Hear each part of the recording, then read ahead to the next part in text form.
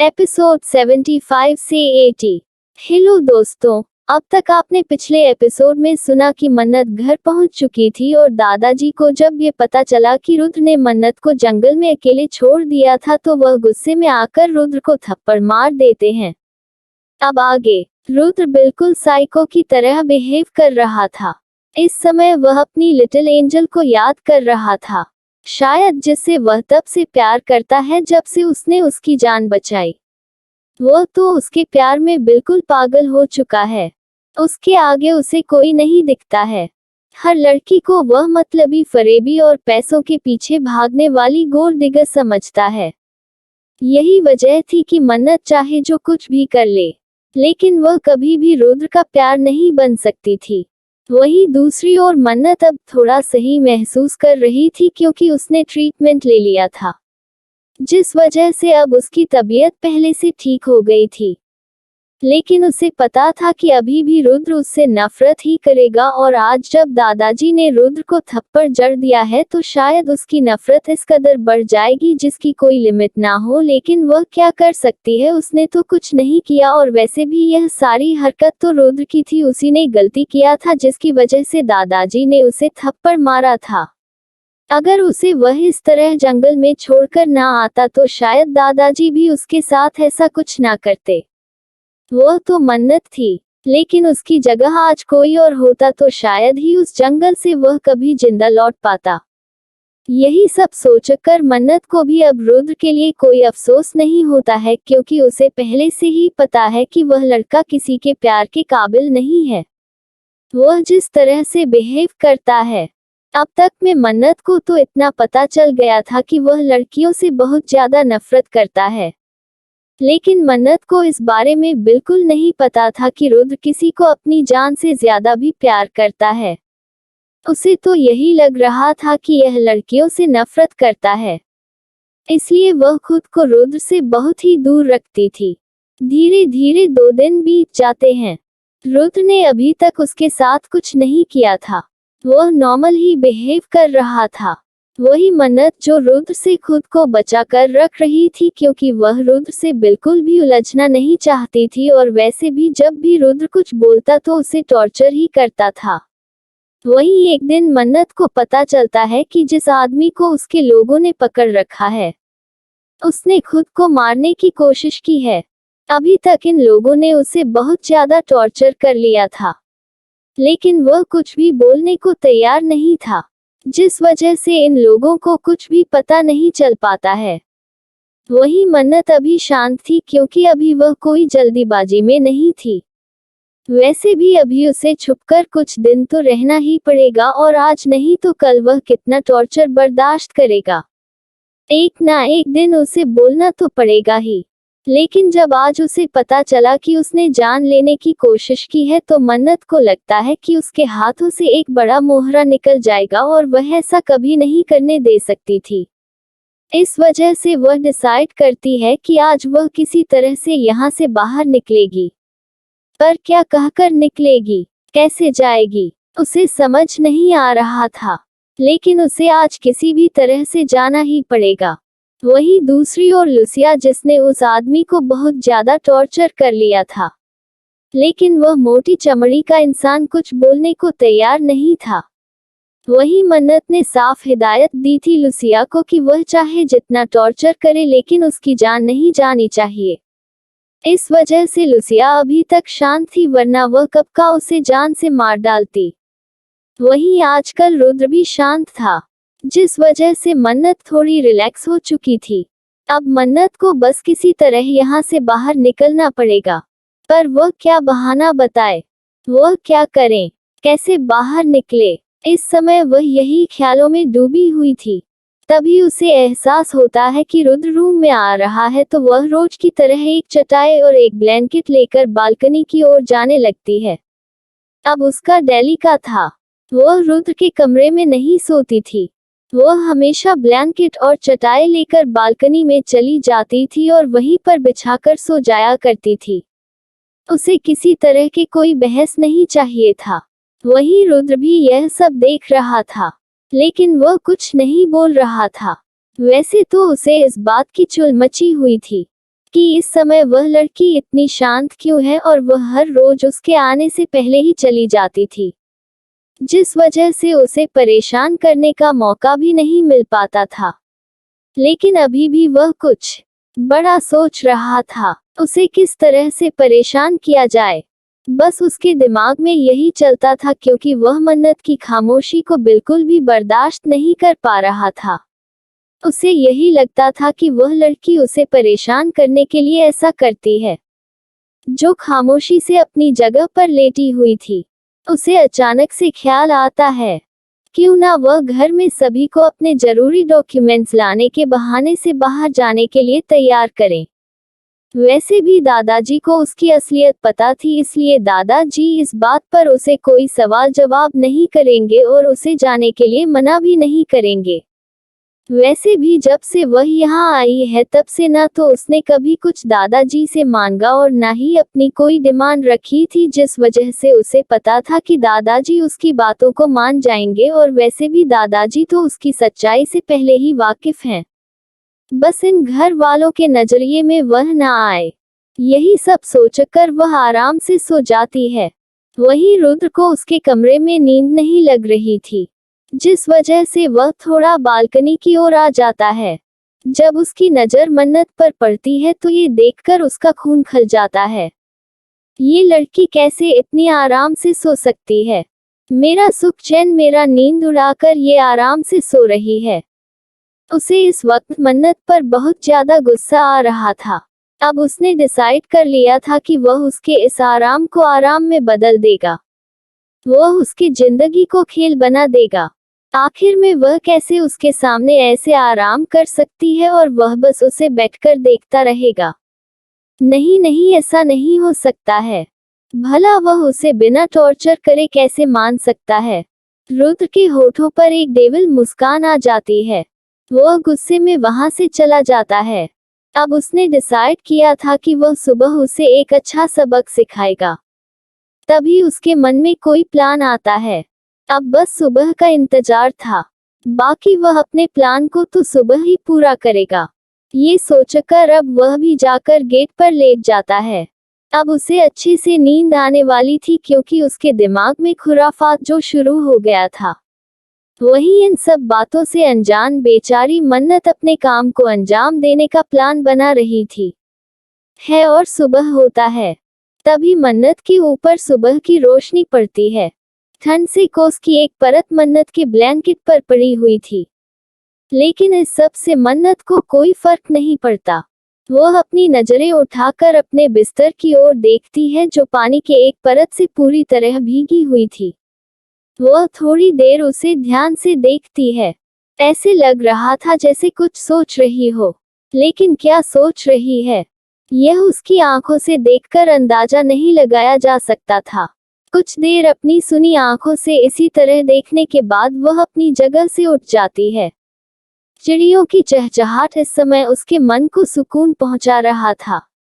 वह हर रोज की तरह अपने बिस्तर को वही एक किनारे सूखने के लिए रख देती है और फिर उठकर सीधा बाथरूम में चली जाती है। थोड़ी देर बाद वह एक स्काई ब्लू कलर की साड़ी पहनकर बाहर आती है और फिर बिना एक बार भी रुद्र की ओर देखे उस रूम से चली जाती है। वही रुद्र जो तब तक उठ चुका था और सिर्फ सोने का बहाना कर रहा था। उसकी नजर जैसे ही मन्नत पर पड़ी थी, वो तो बस उसे देखता ही रह गया था। इस समय उसे मन्नत बहुत ही ज्यादा खूबसूरत लग रही थी, लेकिन जब मन्नत ने उसकी ओर एक बार भी नहीं देखा और रूम से बाहर चली गई, ये देखकर उसके जबड़े भी जाते हैं। गुस्से में उसका दिमाग पूरी तरह से गर्म हो गया था। वह अपनी मुट्ठियों को जोर से बंद करते हुए कहता है, इस लड़की की हिम्मत तो देखो, यह मुझे ऐसे कैसे इग्नोर कर सकती है। लगता है कुछ दिनों से मेरे शांत होने पर इसने अपने आप को यहाँ की मालकिन समझ लिया है। लेकिन उसे नहीं पता है ये सपने कितनी जल्दी टूटने वाले हैं। मैं उसे इस तरह से बर्बाद करूंगा कि वह जिंदगी भर मेरे नाम से खौफ खाती फिरेगी। ये सब सोचकर वह अपने बिस्तर से उठ जाता है और खुद ही बाथरूम में जाकर फ्रेश होने चला जाता है। वही मन्नत जैसे ही नीचे आती है तो देखती है दादी दादा और रुद्र के मम्मी पापा वहां बैठे हुए थे। वही दादाजी की नजर जब मन्नत पर पड़ती है तो वह प्यार से उसे देखते हुए बोलते हैं, अरे बच्चा तुम उठ गई, आओ आओ मेरे पास बैठो। इतना कहकर वह अपने पास बैठने का इशारा करते हैं। वही उन्हें ऐसा करता देखकर रुद्र के मम्मी पापा को समझ नहीं आता, दादाजी इस लड़की को इतना ज्यादा सम्मान क्यों देते हैं।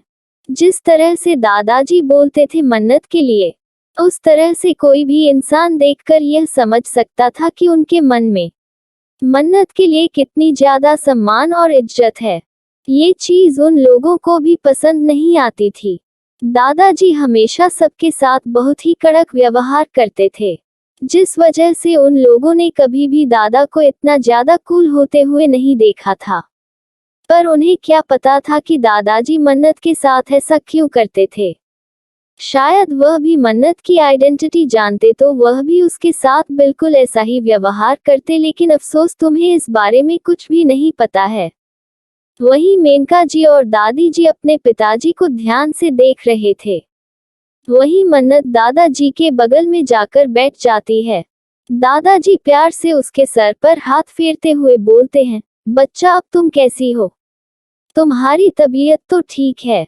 तब मन्नत अपना सर सिर्फ हाँ में हिला देती है, लेकिन वह कुछ नहीं बोलती। ये देखकर राजीव जी का मुंह बन जाता है, क्या इस लड़की को इतना भी तमीज नहीं है कि बड़े बुजुर्ग कुछ बोल रहे हैं तो उन्हें किस तरह से जवाब दिया जाए, हद होती है। वही दादाजी मुस्कुरा कर बोलते हैं, अच्छी बात है बच्चा, अगर तुम्हारी तबीयत ठीक हो गई, नहीं तो मुझे बहुत चिंता हो रही थी। वही अभी भी अपने पापा को इतना ज्यादा नॉर्मल देखकर राजीव जी को समझ नहीं आता है कि अगर इस लड़की की जगह पर अभी कोई और होता तो उसके पिताजी का रवैया कैसा होता। वह उसे अच्छे से पता था। वह उस इंसान को पता नहीं अब तक क्या कुछ सुना चुके होते और मैनर का एक लंबा चौड़ा पाठ पढ़ा चुके होते, लेकिन देखो तो इस लड़की के लिए उन्होंने एक लफ्ज भी कुछ नहीं कहा। तभी सोनाली जी चहकते हुए किचन से आती हैं। उनकी नजर मन्नत पर पड़ती है। इस वक्त सोनाली जी अपने हाथों में कॉफी का एक ट्रे लिया हुआ था। वह सभी के लिए कॉफी बनाने गई हुई थी। वह जैसे ही मन्नत को देखती है तो बड़ी सी मुस्कान लेकर बोलती हैं, अरे तुम उठ गई, चलो अच्छी बात है, वैसे भी मैं तुम्हें उठाने जाने वाली ही थी। वही सोनाली जी की बातों को सुनकर दादाजी अपनी आंखें छोटी कर अपनी बहू को देखने लगते हैं। भला वह क्यों उठाने जाने वाली थी।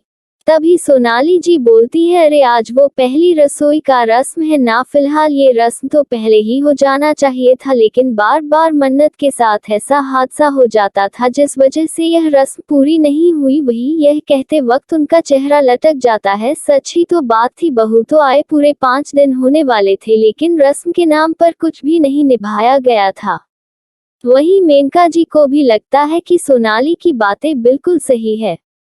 मन्नत की अभी पहली रसोई की रस्म नहीं हुई थी। उन लोगों ने पहले सोचा भी था, लेकिन जिस तरीके से उसकी तबीयत थी वह लोग उससे इस तरह नहीं बोल सकते थे और दादाजी ने साफ ही मना कर दिया था कि अभी मन्नत को कोई डिस्टर्ब नहीं करेगा। इस वजह से वह चाहकर भी कुछ नहीं बोले थे। लेकिन जब आज मन्नत सही है तो वह पहली रसोई की रस्म तो कर ही सकती है। वही मन्नत ये सुनती है, एक बार अफसोस से अपना सर हिला देती है, क्योंकि आज उसे अपने इम्पोर्टेंट काम से बाहर जाना था। लेकिन अब वह इस रसोई की रसोई में फंस कर जाएगी, फिर पता नहीं उसके पास कितना वक्त बचेगा। लेकिन अब वह इस घर की बहू है और उसने दादाजी से प्रॉमिस लिया है कि वह अपने बहू होने का फर्ज निभाएगी, तो उसे यह करना ही पड़ेगा। चलो कोई बात नहीं, अगर टाइम बचेगा तब वह चली जाएगी। यही सब सोचकर वह शांत हो जाती है और सोनाली जी की तरफ देखने लगती है। वही उसे इस तरफ देखता देखकर सोनाली जी समझ जाती है कि उसे इस बात से कोई ऐतराज नहीं है। तो वह बोलती है कि बच्चा, क्या तुम आज पहली रसोई की रस्म करने के लिए तैयार हो। धीरे से अपना सर हाँ में मिला देती है।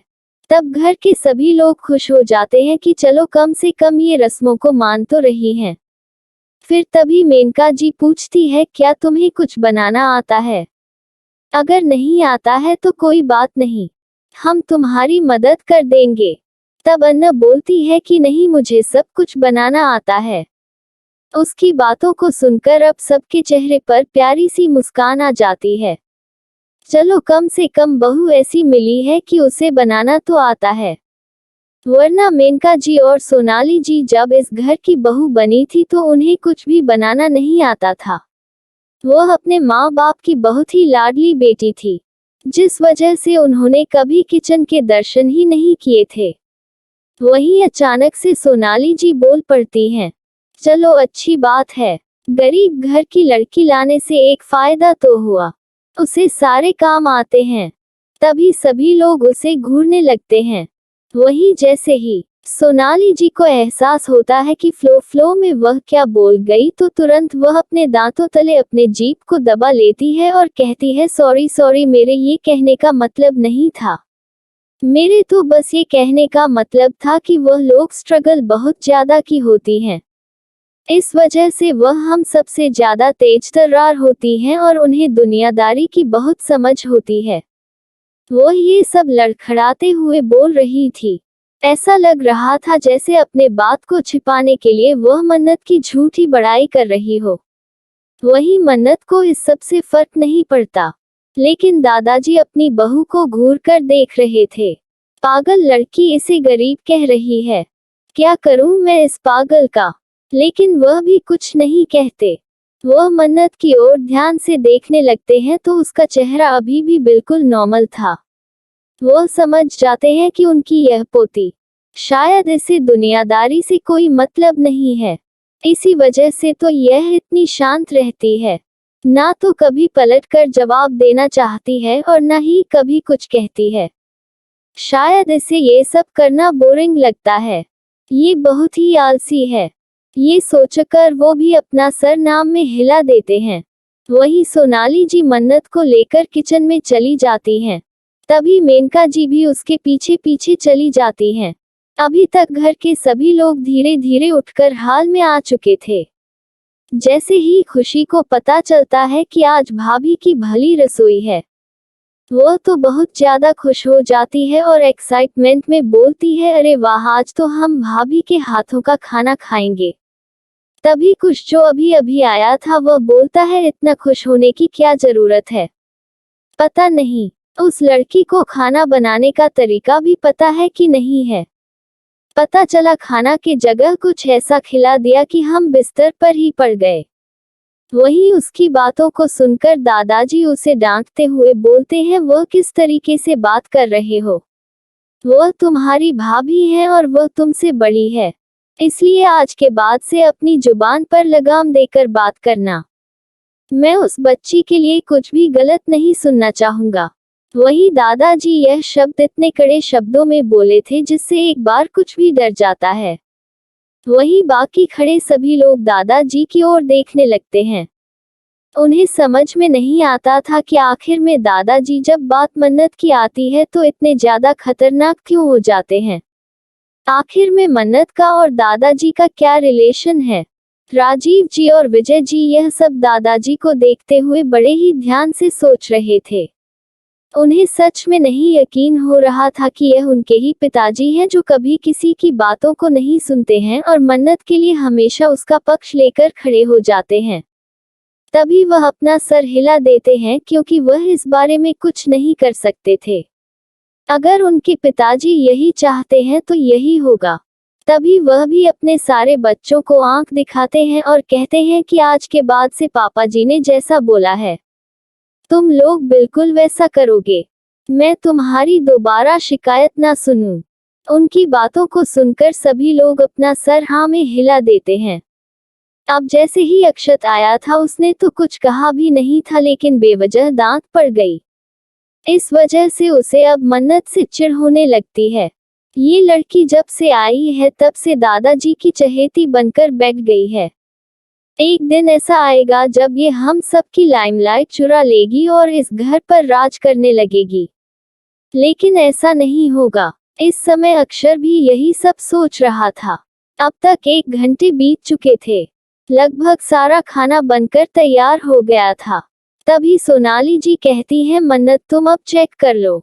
और हाँ, दाल में अच्छे से हींग वाला तड़का मार देना, क्योंकि सबको वह बहुत ही पसंद है। वह खाने में बहुत कुछ बना था जिसकी खुशबू बाहर तक फैल रही थी, और यह खुशबू इतनी ज्यादा अच्छी थी कि सबके मुंह में पानी आ रहा था। सोनाली जी कहती हैं कि बेटा तुम सब चेक कर लो, एक बार मैं जाऊं, सबको बुला रहा हूं, फिर उसके बाद हम खाना टेबल पर लगा देते हैं। इतना कहकर वह 2 बाउल अपने साथ लेकर डाइनिंग टेबल की ओर चली जाती हैं और उसे टेबल पर रखकर हॉल में सबको बुलाने के लिए चली जाती हैं।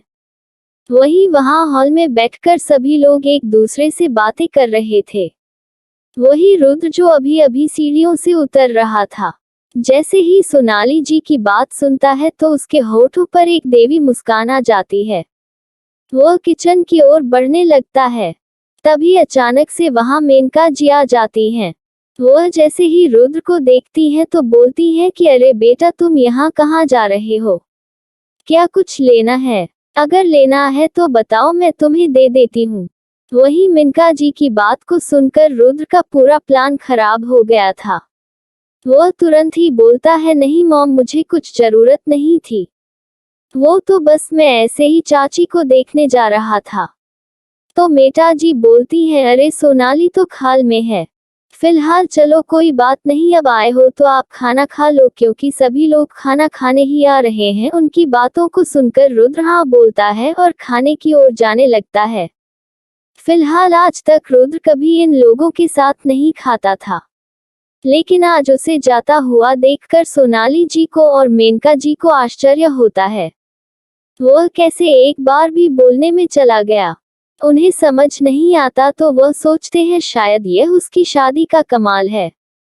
अगर उन्हें पता चलता कि वह ऐसे बदल जाएगा तो वह लोग पहले ही उसकी शादी करा देते। चलो कोई बात नहीं, देर आए पुरुष आए, ये सब सोचकर उन दोनों के होठों पर प्यारी सी मुस्कुराहट छा जाती है।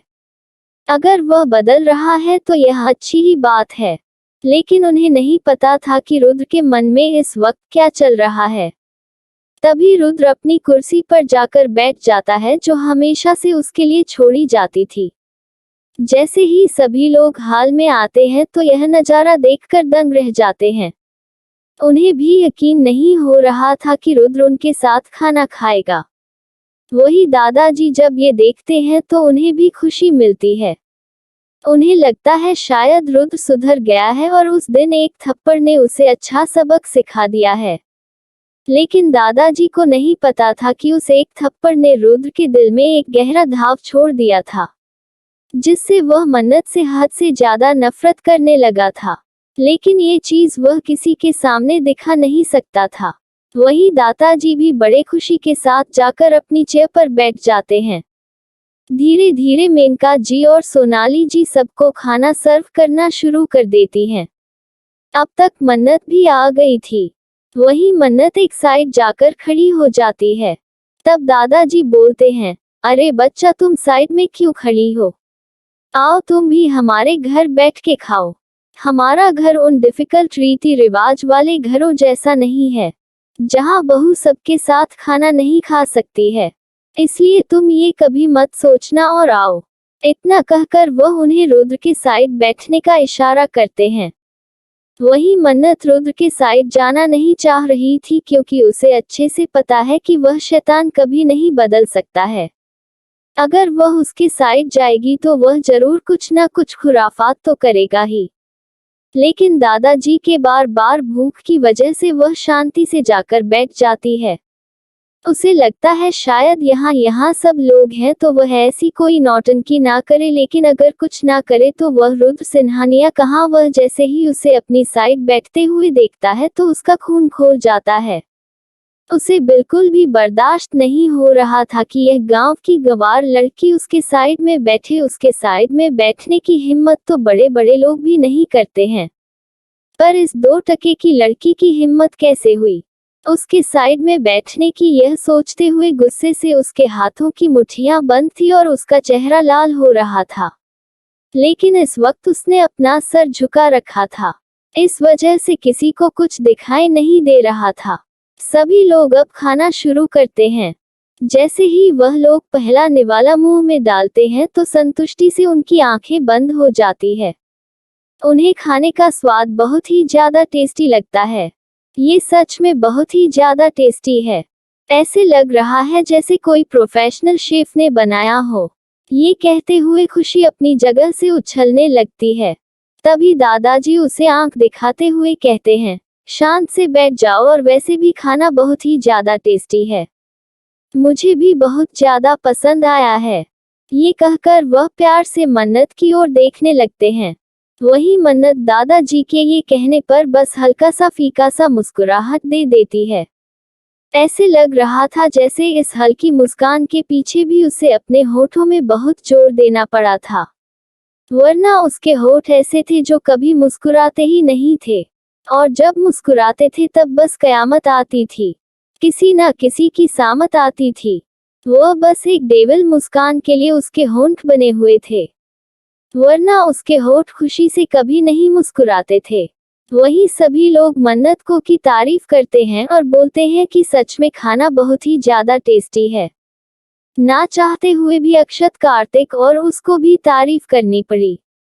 वैसे खाना तो वाकई में अच्छा बना था, पर उनका तारीफ करने का कोई मन नहीं था। लेकिन रुद्र, उसके होठों से कोई शब्द नहीं निकलता। दादाजी रुद्र की ओर देखने लगते हैं। उन्हें लगा कि शायद रुद्र कुछ बोले, लेकिन रुद्र तो रुद्र है। वह भला ऐसे कैसे किसी की तारीफ कर सकता था। दादाजी को भी समझ में आ जाता है कि यह लड़का कभी भी नहीं बदलने वाला है। वह शांति से अपना सर हिला देते हैं और अपना पूरा फोकस खाने में लगा देते हैं, क्योंकि सच में खाना बहुत ही ज्यादा टेस्टी था, और इस वजह से दादाजी अपना खाना तो नहीं छोड़ सकते कि उनका पोता कोई भी कम्प्लीमेंट नहीं दे रहा है। उन्हें उनके पोते के कम्प्लीमेंट से कोई फर्क पड़ने वाला नहीं था, इसलिए वह भी बस जल्दी जल्दी अपना खाना खा रहे थे। तभी मन्नत सभी को गाजर का हलवा देती है। जब सब लोग मीठे का स्वाद चखते हैं तो बस उनकी आंखें खुशी के मारे बंद हो जाती है। वाकई में बहुत ही ज्यादा टेस्टी गाजर का हलवा था। ऐसे लग रहा था जैसे कि इसे बहुत ही मेहनत से बनाया गया हो। लेकिन मन्नत ने इसे काफी जल्दी तैयार किया था, क्योंकि मन्नत हमेशा अकेले रही थी, इसलिए उसे खाना बनाना बहुत ही अच्छे से आता था। इस वजह से वह खाना बहुत जल्दी बना लेती थी, और मन्नत ने खाना बनाना अपनी माँ से सीखा था। वह छोटी थी, उसकी माँ की तबीयत ठीक नहीं रहती थी, जिस वजह से वह अपनी माँ के लिए तरह तरह के टेस्टी और हेल्दी व्यंजन बनाकर खिलाया करती थी, जिससे उसे लगता था कि इससे उसकी माँ की लंबी आयु होगी और वह अपनी माँ के साथ ज्यादा दिनों तक रह सकेगी। लेकिन उसे नहीं पता था कि इतनी जल्दी उसकी माँ को भगवान अपने पास बुला लेंगे। वह दुख आज तक मन्नत नहीं भूल पाई थी, और वह काली रात जब उसके साथ एक भयानक हादसा हुआ था, जिस वजह से मन्नत रातों को भी सुकून से नहीं सो पाती थी, वहीं उसे इस वक्त अपनी माँ की याद आ जाती है। वह जब भी खाना बनाती थी तो उसकी माँ उसकी बहुत सारी तारीफ करती थी। तारीफ करते हुए उनके मुंह नहीं थकते थे। ये सब सोचकर वह एकदम शांत पड़ जाती है। ऐसे लग रहा था जैसे वह पूरी तरह से इस जगह से गायब हो चुकी है। उन्हें उसे अब किसी की आवाजें सुनाई नहीं पड़ रही थी। तभी रुद्र मन्नत को अपने पास दाल का गरम गरम बाउल पकड़ाने को कहता है, लेकिन मन्नत जो अपने ख्यालों में डूबी थी, वह उसकी बातों को नहीं सुनती, जिस वजह से रुद्र को अपनी बहुत ही इंसल्ट फील होती है। उसे इस वक्त इतना ज्यादा गुस्सा आता है कि वह यही मन्नत को सबके सामने परेशान करने का प्लान बना लेता है। वह तुरंत अपनी जगह से उठकर दाल का बाउल को लेने के लिए अपने हाथ बढ़ा देता है। इस वक्त वह बाउल दूसरी साइड रखा था, जिसे रुद्र थोड़ा झुककर उठा रहा था। लेकिन जैसे ही वह बाउल को लेकर अपने समीप आता है, अचानक से लड़खड़ाने की एक्टिंग करता है और सारा का सारा बाउल में भरा दाल मन्नत के ऊपर पलट देता है।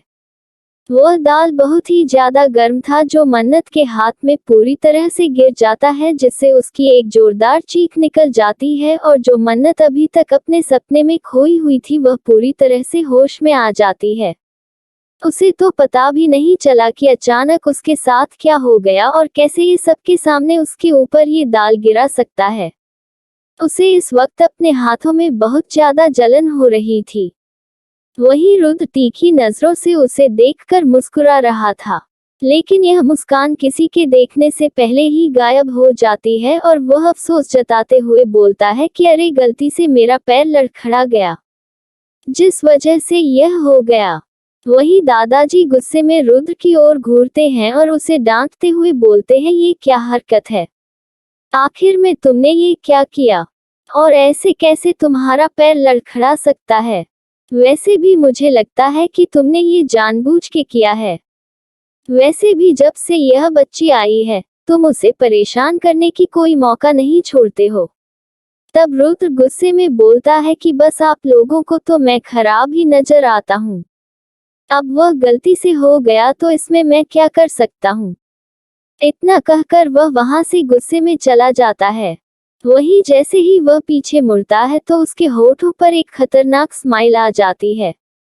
वहीं मन्नत का हाथ, जिसमें अब तक बड़े बड़े फफोले पड़ चुके थे क्योंकि दाल बहुत ही ज्यादा गर्म थी, जो उसके हाथों पे बुरी तरह से चिपक गई थी।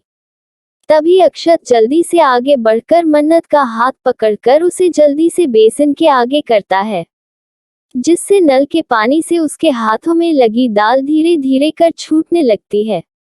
अब तक उसका हाथ पूरी तरह से लाल पड़ चुका था और उस पर फफोले पड़ चुके थे।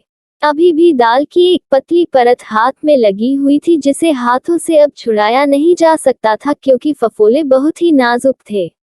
अगर वह रगड़ कर उसे छुड़ाता तो वह फूट जाता और फिर तकलीफ और ज्यादा होती।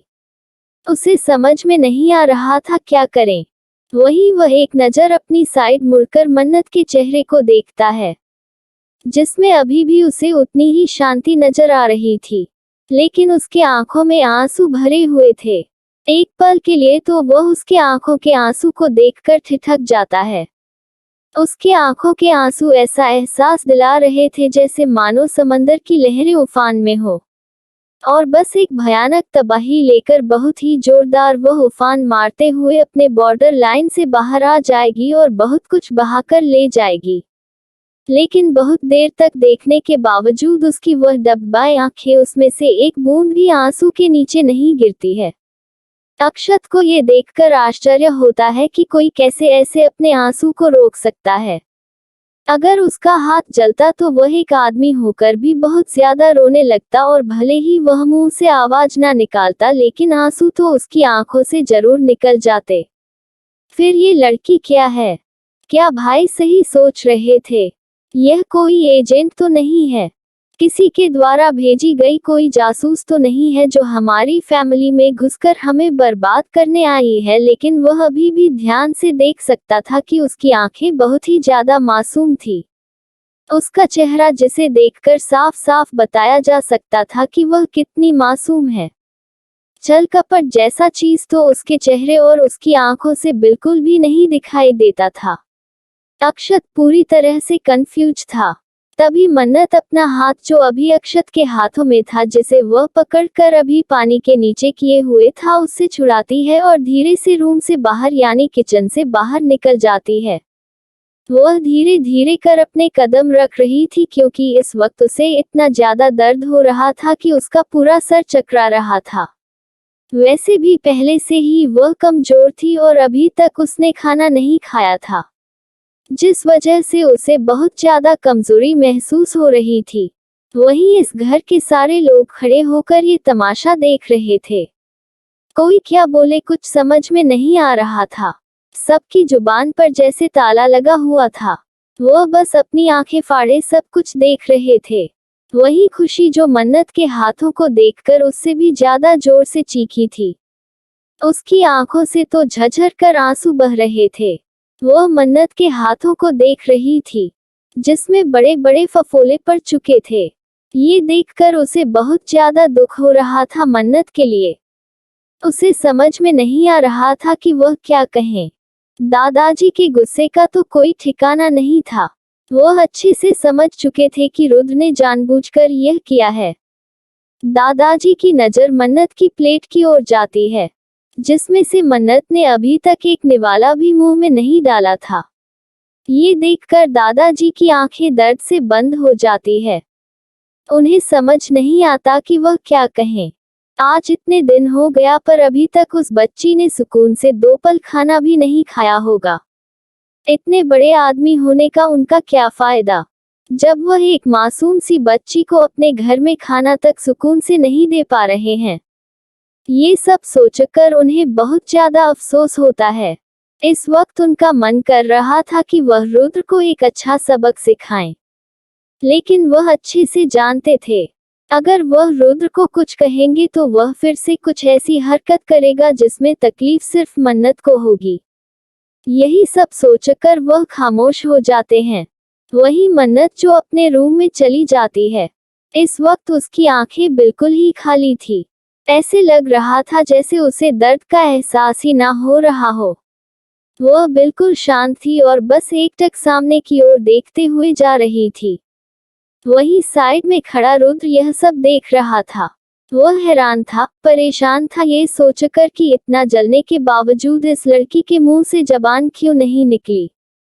अभी तक इसकी जगह कोई दूसरी लड़की होती तो चिल्ला चिल्ला कर पूरी दुनिया को हिला चुकी होती, और ये लड़की किस मिट्टी की बनी है, जिसके न तो आंखों से आंसू बह रहा है और न ही मुंह से कोई जबान निकली।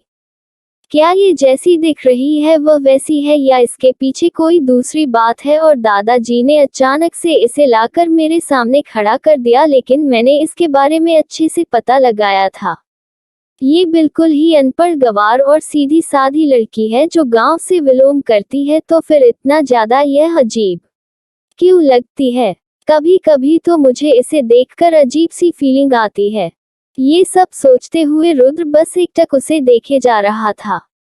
वही मन्नत अपने रूम में चली जाती है और सीधे जाकर बालकनी में अपनी बिछी हुई चटाई पर अपने पैर फैलाकर दीवार से टेक लगाकर अपनी आंखों को बंद कर लेती है, और इसके बाद ही वह बेहोश हो जाती है। ये बात किसी को पता नहीं चलती। वही धीरे धीरे कर रुद्र रूम में आता है। वह अपनी नजरें दौड़ाकर चारों ओर देखता है तो उसे कोई नहीं नजर आता। फिर वह जाकर धीरे से बाथरूम में झांकता है, वहां भी कोई नहीं था।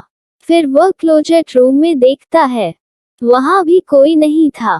तो वह सोचता है कि आखिर में यह पागल लड़की गई कहां। ये सब सोचते हुए उसकी नजर बालकनी की ओर जाती है जिसका दरवाजा खुला हुआ था। अगले ही पल वह समझ जाता है कि वह लड़की कहां होगी। वह धीरे धीरे कर अपने कदमों को उस ओर बढ़ा देता है।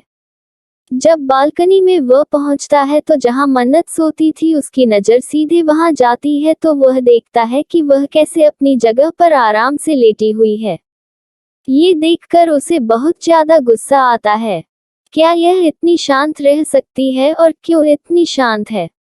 वह गुस्से में आगे बढ़ता है और उसे बोलता है, तुम कौन हो, सही सही मुझे बताओ, वरना तुम सोच भी नहीं सकती कि मैं तुम्हारे साथ कैसा व्यवहार करूंगा। वह इस तरह से 2 से 3 बार बोलता है, लेकिन वह जब देखता है कि मन्नत उसके बातों का कोई रिस्पांस नहीं कर रही है और ना ही उसे पलटकर कोई जवाब दे रही है, तो इसे इस वक्त इतना ज्यादा गुस्सा आता है कि वह उसे जाकर अपने पैरों से धीरे से हिलाता है। लेकिन जैसे ही वह उसे छूता है, मन्नत दूसरी तरफ लुढ़क जाती है। ये देखकर उसे आश्चर्य होता है। वह तुरंत ही अपनी जगह पर बैठता है और उसका गाल थपथपाने लगता है। हिलो, उठो उठो ए लड़की, तुम ऐसे कैसे नौटंकी कर सकती हो। तुम्हें मेरे सवालों के जवाब नहीं देने हैं तो मत दो, पर इस तरह की घटिया चाल मत चलो। लेकिन तभी उसे समझ में आता है कि वह बेहोश हो गई है। ये देखकर वह थोड़ा घबरा जाता है। क्या सच में उसे बहुत ज्यादा चोट आई है। उसने तो दाल गिरा दिया था, पर एक बार भी पलटकर नहीं देखा था कि उसे कितनी चोट आई है। तभी उसकी नजर उसके हाथों पर पड़ती है जिसमें बड़े बड़े फफोले पड़ चुके थे। देखकर वह अपनी आंखें बंद कर लेता है। दूसरे ही पल उसका मन धिक्कारने लगता है कि तू कैसा हो गया है, तू कब से जानवर बन गया है। वह लड़की जब से आई है उसने तुझे एक बार भी परेशान किया या एक बार भी तुझसे कुछ कहा या कुछ मांगा? तू उसे क्यों इस तरह से परेशान करता है? क्या तेरे अंदर इंसानियत नहीं है? ये सब सोचते हुए उसे खुद पर अफसोस होने लगता है कि वह कब से ऐसा बन गया है। क्या वह वही रुद्र सिंघानिया है जो लोगों के साथ इंसाफ करता है और आज वह अपनी पत्नी के साथ कैसा कर रहा है? ये सब सोचकर उसे अब खुद पर ही गुस्सा आने लगता है। वह तुरंत ही अपने रूम में जाता है और फास्टेस्ट बॉक्स लेकर आता है। फिर उसके हाथों में मरहम लगाता है। इस वक्त उसे मरहम लगाते हुए उसके दिल में भी दर्द हो रहा था। उसका इस तरह से जला हुआ हाथ देखकर कोई कठोर दिल का इंसान भी पिघल जाए। वहीं रुद्र को भी एहसास हो रहा था। वहीं इस हादसे के बाद घर में पूरी तरह से शांति छाई हुई थी। किसी को समझ नहीं आ रहा था कि क्या करें। इस वजह से सभी अपने अपने रूम में चले जाते हैं और थोड़ी देर बाद जिन्हें घर से बाहर जाना था वह तैयार होकर ऑफिस के लिए निकल जाता है और जिन्हें जो काम करना था वह काम करने में लग जाते हैं। लेकिन वह घर में अब बिल्कुल भी नहीं रुकते हैं क्योंकि इस समय घर का माहौल बहुत ही अजीब हो चुका था। थोड़ी देर में रुद्र ने डॉक्टर को बुला लिया था और डॉक्टर आकर मन्नत का चेकअप कर रहा था। उसने मन्नत को इंजेक्शन लगा दिया था और कुछ दवाएं भी लिख दी थी। हाथों में अच्छे से मरहम भी लगा दिया था, लेकिन अभी तक मन्नत को होश नहीं आया था। तभी रुद्र पूछता है, इस लड़की को होश क्यों नहीं आया? तभी वह डॉक्टर जो लेडीज थी वह बताती है कि शायद इन्हें इतना ज्यादा पेन हुआ कि उसे दर्द को बर्दाश्त करने की वजह से यह ऐसा हो गया। लेकिन डोंट वरी, ये खतरे से बिल्कुल बाहर हैं और कुछ ही देर में इन्हें होश आ जाएगा। उसकी बातों को सुनकर रुद्र थोड़ा रिलैक्स हो जाता है और फिर डॉक्टर के हाथों से पर्ची लेकर उसे जाने का इशारा करता है। थोड़ी ही देर में वह उस पर्ची की फोटो खींचकर अपने सेक्रेटरी को भेज देता है और दवा लाने को कहता है। अब रुद्र मन्नत के सामने बैठ गया था और उसे ध्यान से देख रहा था। उसे समझ में नहीं आ रहा था कि आखिर में ये लड़की क्या चाहती है। अब तक इतना टॉर्चर उसने किसी और को किया होता तो वह उसे छोड़कर भाग गई होती या फिर वह उससे लड़ती झगड़ती और उस पर केस कर देती। कुछ तो ऐसा करती जिससे उसे भी तकलीफ होती। लेकिन ये कैसी लड़की है जो खामोशी से सब कुछ बर्दाश्त कर रही है?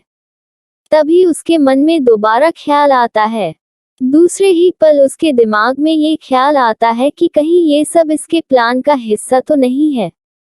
इस तरीके से यह सभी की सहानुभूति तो नहीं लेना चाहती है। अब इसकी ऐसी हालत देखकर घर के सभी लोग इसके लिए अफसोस व्यक्त कर रहे होंगे। कितने आराम से इसे सभी की सहानुभूति मिल गई। अभी भी रुद्र को ऐसा लग रहा था जैसे यह इसका कोई प्लान हो। अब इस बेवकूफ इंसान को कौन बताए कि दाल तो इसने ही गिराई थी, ना तो इसमें किसी की सहानुभूति लेने वाली बात कहां से आ गई। अगर इतना ही इसे डर था तो इसे उसके ऊपर दाल गिरानी ही नहीं चाहिए थी। ना ही यह जलती और ना ही इसे किसी की सहानुभूति लेने की जरूरत पड़ती। अरे यार, सच में कभी कभी तो ऐसा लगता है जैसे रुद्र पूरा पागल हो गया है। वह अपने बदला लेने के चक्कर में पूरी तरह से पागल बन चुका है। लेकिन कोई बात नहीं, जल्दी ही उसे अक्ल आने वाली है। वहीं मन्नत को अभी तक होश नहीं आया था, जिस वजह से दादाजी बहुत ज्यादा परेशान थे। इसी तरह 2 घंटे और बीत जाते हैं। अब तक दादाजी भी रुद्र के कमरे में आ चुके थे क्योंकि डॉक्टर के जाने के बाद दादाजी बिल्कुल भी मन्नत हुआ अकेला नहीं छोड़ना चाहते थे। पता नहीं वह पागल लड़का फिर मन्नत के साथ क्या कर दे।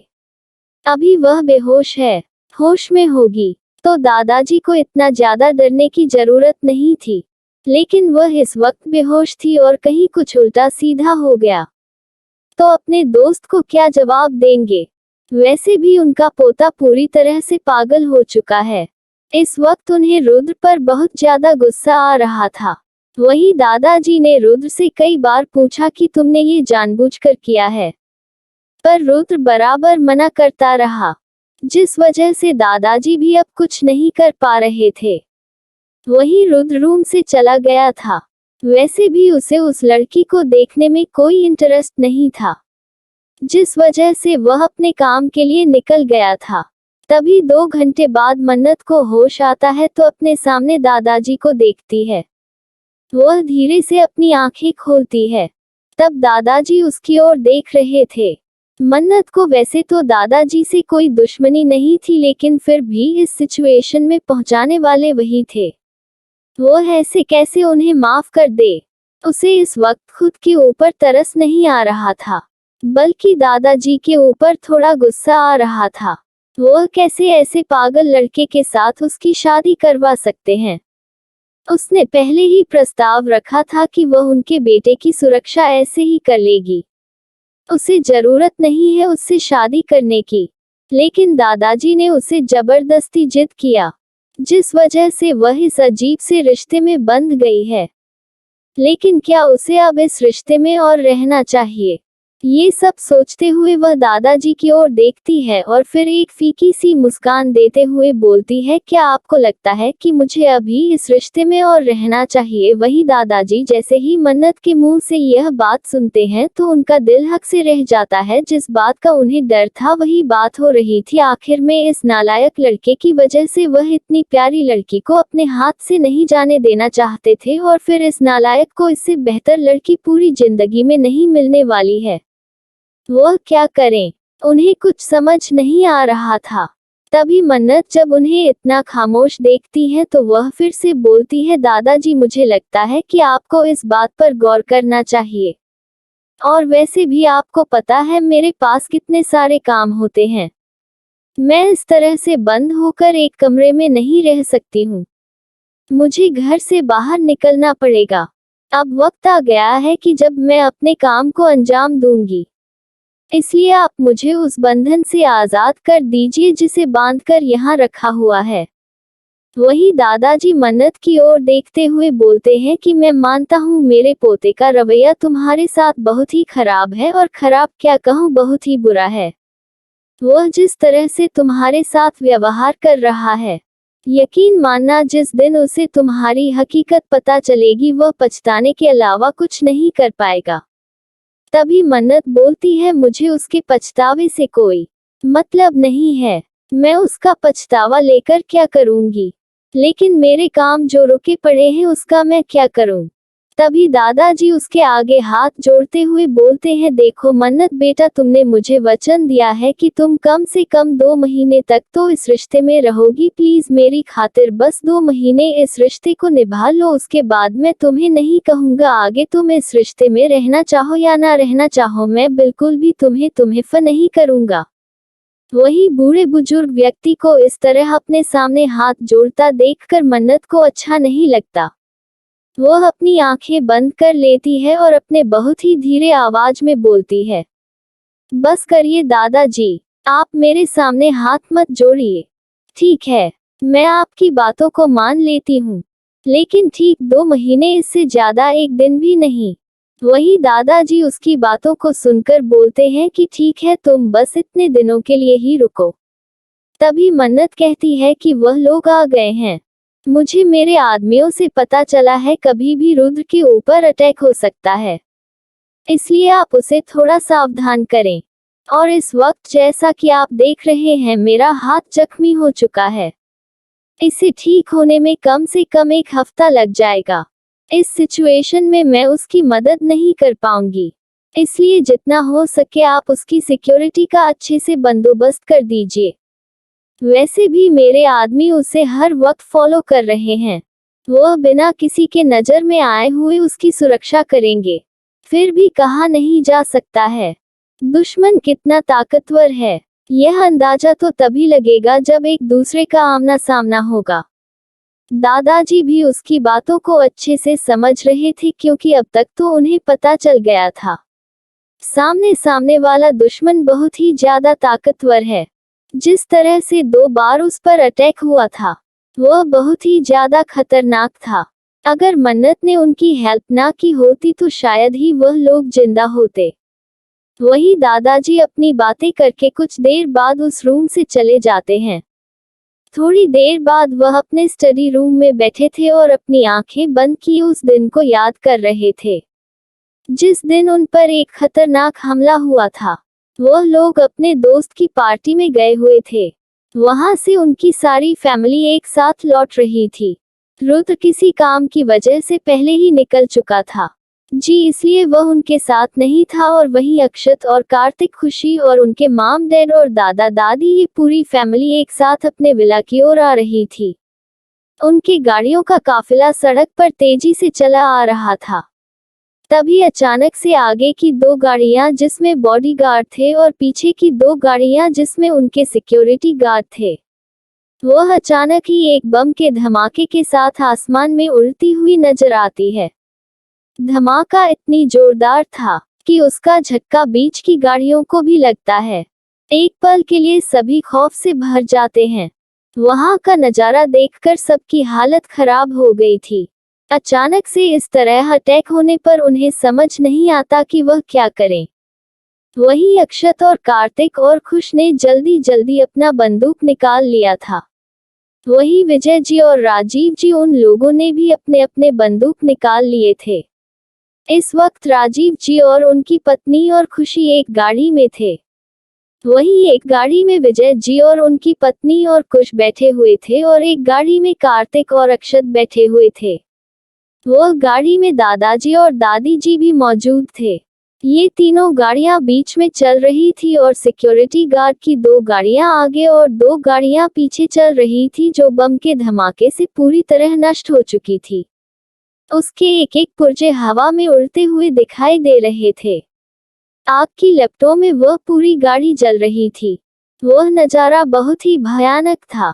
वहीं किसी का बॉडी पार्ट आकर सामने की गाड़ी के शीशे में जोर से लगता है जिससे उस शीशे में पूरी तरह खून ही खून फैल जाता है। उस गाड़ी में खुशी बैठी थी जिस वजह से उसकी एक जोरदार चीख निकल जाती है। वह डर से कांपने लगती है। वह इतना ज्यादा डर गई थी कि वह अपनी जगह पर ही बेहोश हो गई थी। वहीं अब उन लोगों पर फायरिंग होना शुरू हो गया था। उनकी गाड़ियां बुलेट प्रूफ थी, लेकिन फिर भी फायरिंग इतनी ज्यादा थी जिससे गाड़ी की हालत बहुत ही ज्यादा खराब हो रही थी।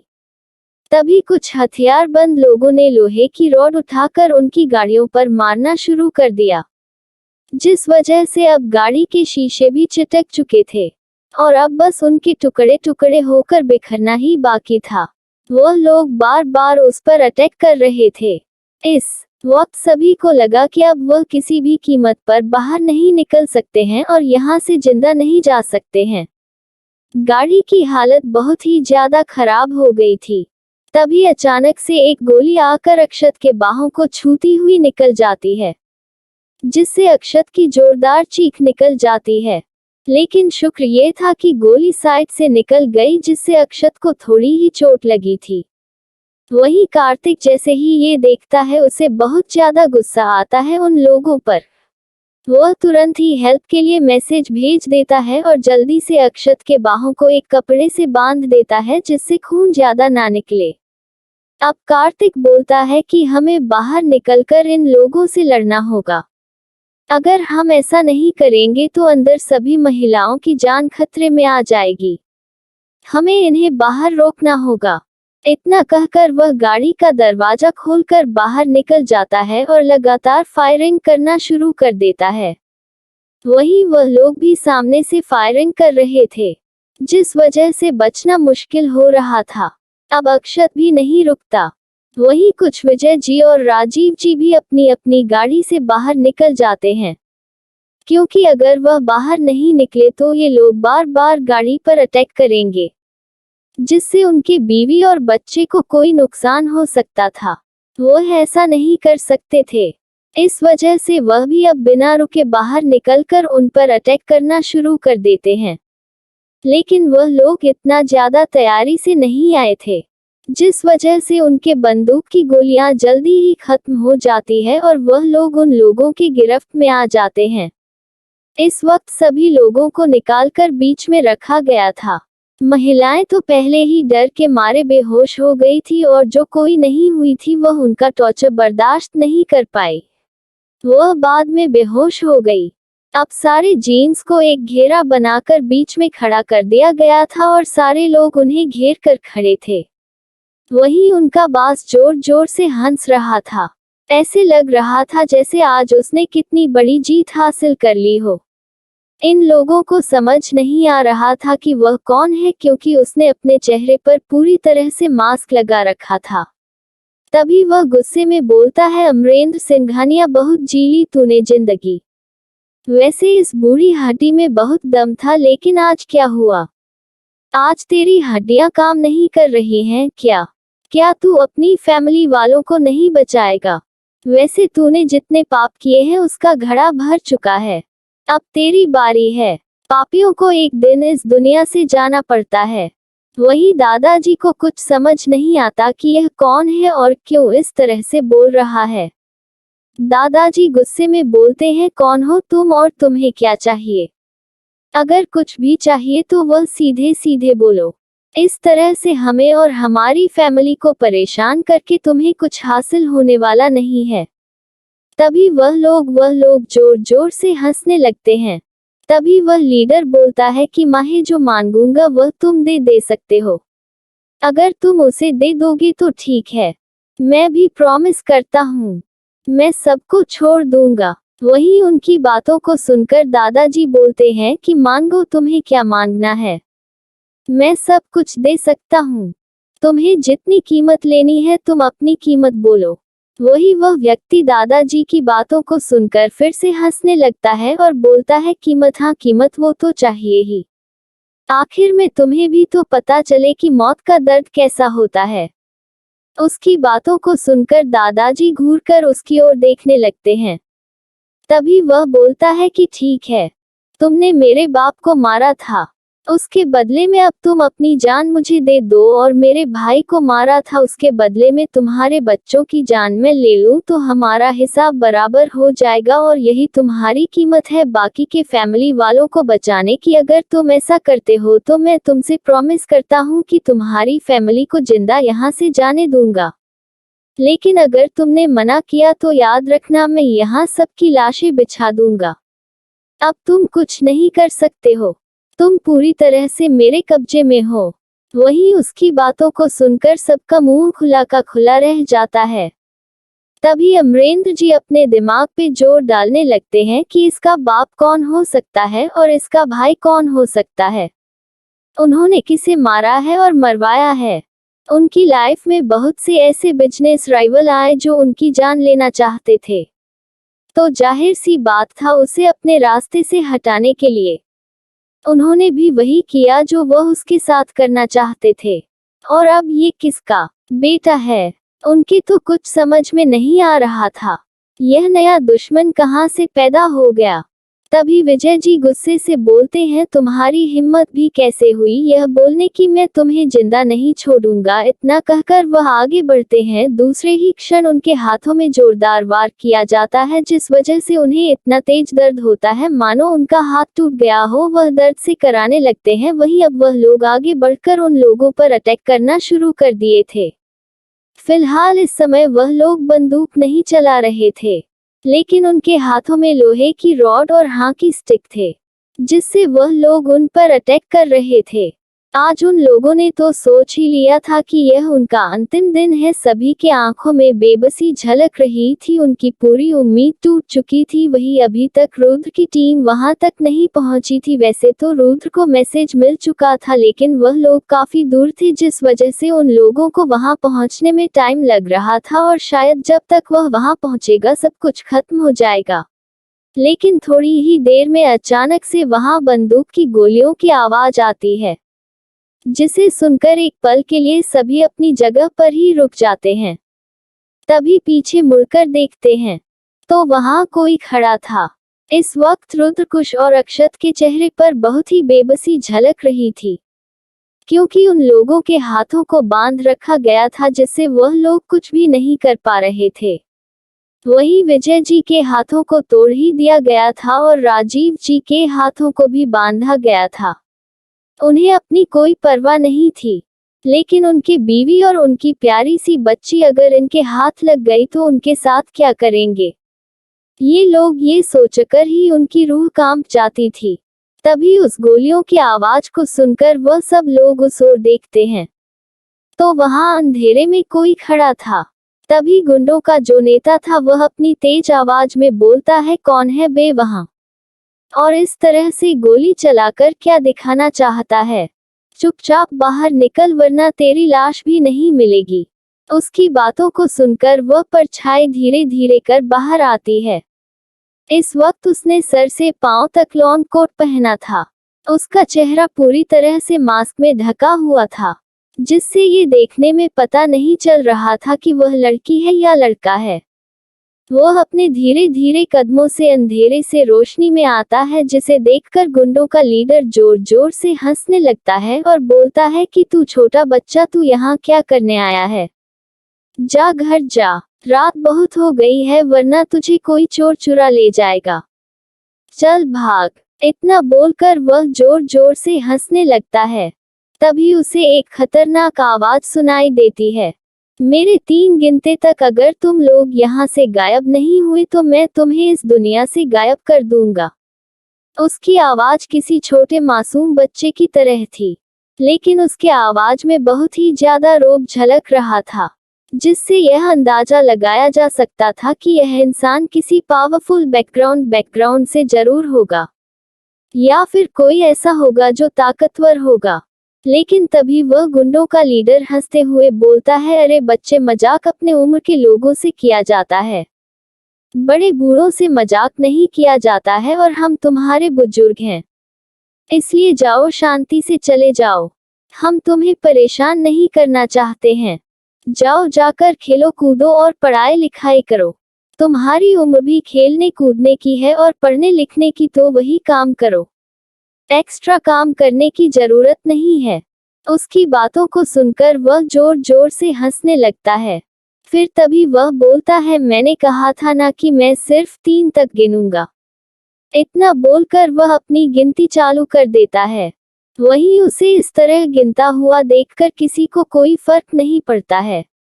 उन्हें लगता है कि यह छोटा सा पिद्दा हमारा क्या बिगाड़ पाएगा। ये सोचकर वह लोग उसके ऊपर हंसने लगते हैं। लेकिन जैसे ही वह 1 की गिनती खत्म करता है, इसी के साथ जोरदार शूट करने की आवाज सुनाई पड़ती है।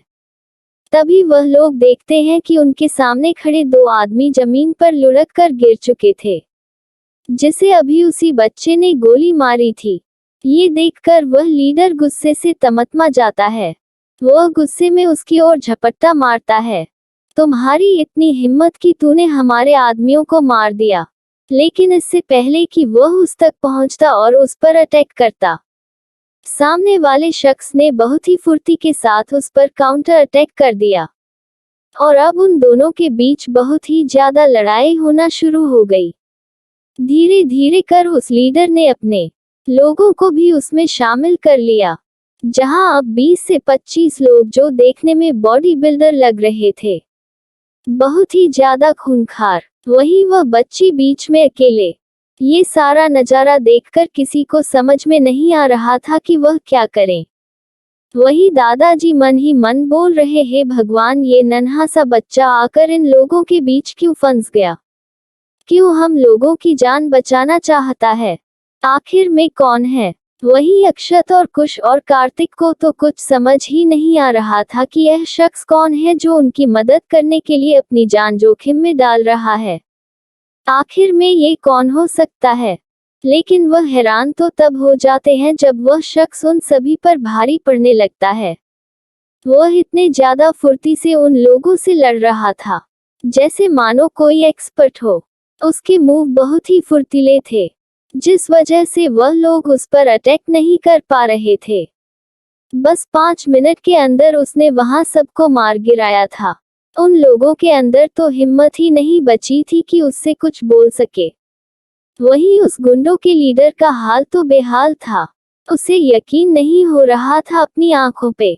उसका बना बनाया प्लान इस छोटे से बच्चे ने आकर पूरा चौपट कर दिया। आखिर में ये कौन है? वही उसे फाइटिंग करते देखकर बहुत ही आश्चर्य में था। आज तक उसने इतनी बेमिसाल फाइटिंग कभी किसी की नहीं देखी थी। वह भी एक बेस्ट फाइटर था, पर शायद वह भी इसे लड़े तो हार जाएगा। उन लोगों के हाथों में हथियार थे, इसके बावजूद वह बिना डरे उसे लड़ रहे थे। तभी अचानक से अक्षत ने कुछ ऐसा देखा जिससे उसकी आंखें चौड़ी हो जाती है और उसका मुंह तो इतना खुल जाता है मानो उसमें दो एंड एक साथ चले जाएंगे। अब अक्षत को पता चल चुका था कि उसके सामने रहा शख्स एक लड़की है। जी हाँ, क्योंकि लड़ते वक्त अचानक से उसका मास्क निकल गया था, उसका चेहरा दूसरी ओर था, इस वजह से किसी ने उसे नहीं देखा था। लेकिन अक्षत जो उसे बड़े ध्यान से देख रहा था, उसके थोड़ा से पलटने पर उसने देख लिया था कि यह एक लड़की है। बस अब क्या था, अब उसे उसके बारे में जानने की बहुत ज्यादा उत्सुकता होने लगती है। लेकिन तभी दादाजी उसके पास आते हैं और बोलते हैं, बच्चा आपने हमारी जान बचाई, इसके लिए हम आपके बहुत आभारी रहेंगे। बाकी खड़े लोगों को तो समझ ही नहीं आ रहा था कि सामने खड़ा ये शख्स कौन है और इसकी पहचान क्या है। वही वो और कोई नहीं मन्नत थी, जो अपने किसी काम से उधर से गुजर रही थी। और जब उसने देखा कि कैसे वह लोग उन लोगों को जान से मारने वाले हैं, तो उससे रहा नहीं गया और वह उनकी हेल्प करने के लिए चली आई थी। पर उसे क्या पता था, उसकी यही हेल्प एक दिन उसके जान के दुश्मन बन बैठेगी और दादाजी उसके पीछे पड़ जाएंगे। वही दादाजी किसी तरह उससे उसका कांटेक्ट नंबर लेते हैं। इस वक्त उनके आंखों में बहुत ही ज्यादा खुशी थी। वही अब तक वहां खड़े लोगों को यह नहीं पता था कि यह लड़का है कि लड़की है। थोड़ी ही देर में मन्नत वहां से पीछे मुड़कर जाने लगती है। वह जैसे जैसे दूर जा रही थी, अक्षत का दिल तो मानो टूटकर बिखर रहा था। बेचारे को पहली बार कोई लड़की पसंद आई थी, वह भी ऐसे हाथ से चली गई। उसे तो समझ ही नहीं आ रहा था कि उसे क्या करना चाहिए। लेकिन उसने डिसाइड कर लिया था, वह इस लड़की के बारे में जरूर पता लगाएगा और इसे अपना बना लेगा। उसने बस थोड़ी सी ही झलक देखी थी, लेकिन फिर भी वह कह सकता था कि वह लड़की खूबसूरती की मिसाल थी। शायद ही उस खूबसूरत इस दुनिया में कोई हो। उसने बस एक धुंधली सी झलक ही देखी थी जो उसके आंखों में बस चुकी थी, और तब से अक्षत आज तक उसे ढूंढ रहा था। वही कुछ दिनों बाद दादाजी ने डिसाइड किया था, वह इस बच्चे को अपने रुद्र का बॉडीगार्ड बना देंगे। यही सब सोकर वह उसके दिए कॉन्ट्रैक्ट नंबर से उसे तक पहुंच जाते हैं और वह उसे अपने बेटे का बॉडीगार्ड बनने का ऑफर देते हैं। उसके बदले में उन्होंने एक बड़ा अमाउंट रखा था। लेकिन तभी मन्नत उनसे कहती है कि आज तक कभी कोई ऐसा नहीं पैदा हुआ है जिसकी मैं बॉडीगार्ड बानो। अचानक से मन्नत को लड़कियों की तरह बोलता देखकर दादाजी के तो होश ही उड़ जाते हैं। उन्हें समझ में नहीं आता कि यह एक लड़की थी और वह बेवकूफों की तरह उसे लड़का समझ रहे थे। लेकिन फिर भी कोई बात नहीं, ये लड़की है तो क्या हुआ, ये तो और भी अच्छा है। वैसे भी उन्हें तो कभी कभी शक होता है कि उनका पोता कहीं गए तो नहीं है। अब जब कोई लड़की उसके साथ रहेगी तो वह खुद ही उसकी ओर अट्रैक्ट हो जाएगा। इस वजह से वह मन्नत को और ज्यादा अमाउंट देने की पेशकश कहते हैं। लेकिन तभी मन्नत रहती है कि देश विदेश के मिनिस्टर हो या प्राइम मिनिस्टर, वह सब उसके आगे झुकते हैं। आज तक किसी की इतनी हिम्मत नहीं है जो उसके आगे खड़े होने की भी हिम्मत कर सके। और आप मुझे अपना पोते का बॉडीगार्ड बनाना चाहते हैं? आपका पोता कहीं का राजा महाराजा है क्या जो मैं उसकी बॉडीगार्ड बनूं? आप गलत जगह पर आ गए हैं, इसलिए यहाँ से चले जाए। मन्नत के लफ्ज बहुत ही तीखे थे, फिर भी दादाजी को बुरा नहीं लगता है। वह तो उसे किसी तरह मानकर ही मानेंगे। वही बार बार दादाजी के परेशान करने पर मन्नत उन्हें अपना रियल नाम बता देती है और वह कौन है ये भी बता देती है, क्योंकि दादाजी से मिलने से पहले मन्नत ने उनके बारे में सब कुछ पता लगा लिया था, जिससे उसे पता चल गया था कि यह उनके दादा के दोस्त हैं और इसे उसे कोई खतरा नहीं है। बल्कि उनके दादा ने मन्नत से कहा था कि वह किसी भी सिचुएशन में इस व्यक्ति की हेल्प ले सकती है और यह उनकी पूरी मदद भी करेंगे। जैसे ही दादाजी को पता चलता है कि मन्नत कौन है, उनके तो होश ही उड़ जाते हैं। दादाजी को अपने बोले गए शब्दों पर शर्मिंदगी महसूस होती है। अब उनके पास बोलने के लिए कुछ नहीं था, वह क्या कहकर मन्नत से आगे बात करें, उन्हें कुछ समझ नहीं आ रहा था। लेकिन उन्हें मन्नत के बारे में सब कुछ पता था और मन्नत के दादाजी ने इसे कुछ दिन पहले कॉन्ट्रैक्ट करके अपनी पोती की सुरक्षा के लिए भी कहा था, जिस वजह से उन्हें पता था कि मन्नत यहाँ मिस्टीरियस तरीके से रह रही है, यहाँ उसकी पहचान कोई नहीं जानता है। इस बात का फायदा उठाकर दादाजी ने उसके आगे ये शर्त रख दी थी। Flashback and. तभी अचानक से दादी जी दादाजी को आवाज देती हैं, जिसे दादाजी अपने होश में वापस आते हैं। वहीं उन्हें इस तरह सोचते हुए देखकर दादी माँ उनसे पूछती हैं, आप क्या सोच रहे हैं? आपको नहीं लगता है कि आप बच्चों को जबरदस्ती रिश्तों में बांध कर रखे हैं? आप खुद ही देख सकते हैं, जब से वह लड़की इस घर में आई है, रुद्र कितना ज्यादा चिड़ा रहता है, किसी से सीधे मुंह बात भी नहीं करता है। और ऊपर से आपने उसे लड़की की सिचुएशन देखी है, रुद्र उसे टॉर्चर कर रहा है, वह कितनी खामोश और शांत रहती है। इतना सब कुछ रुद्र के करने पर भी वह कुछ बोलती नहीं है। यह आपकी आंखों से छुपा हुआ नहीं है। क्या आपको नहीं लगता है इन दोनों को डिवोर्स ले लेना चाहिए? वही अहिल्या जी की बातों को सुनकर दादाजी गुस्से में आ जाते हैं और वह अहिल्या की पर चिल्लाते हुए बोलते हैं, आपको क्या पता है? जब आप कुछ नहीं जानती हैं तो इस बारे में ना बोला कीजिए।